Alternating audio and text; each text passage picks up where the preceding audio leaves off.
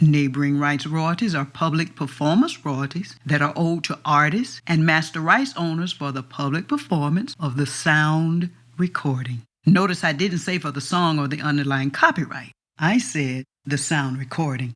The public performance of the song or underlying copyright in the U.S. comes from your PRO, ASCAP, BMI, CSAC, or GMR. But when the sound recording is broadcast on television, terrestrial radio, and played in restaurants, clubs, or other live venues, artists and master rights owners should have another revenue stream. But in the United States, they don't. Artists and master rights owners don't receive these neighboring rights royalties.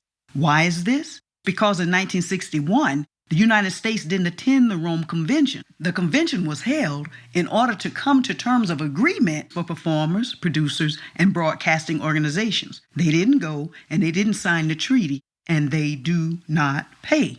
Since the U.S. doesn't pay its artists or artists outside of the U.S. these neighboring rights royalties, many other countries won't pay U.S. artists either. As a result, most of that money is left unclaimed. They wind up known in the black box or black box royalties. All is not lost, however. If you happen to record your music outside of the U.S. or by non-U.S. citizens where these rules don't apply, you can receive those neighboring rights royalties. Your music just would need to be registered with those collection agencies in those countries. In the U.S., thank God that we also do have SoundExchange. SoundExchange does pay master rights owners and artists for digital public performances of non-interactive streaming royalties or sound recordings. The other good news about SoundExchange is that they also collect internationally. And in those international countries where SoundExchange has reciprocal agreements, they also can collect those terrestrial and public performance royalties for eligible artists.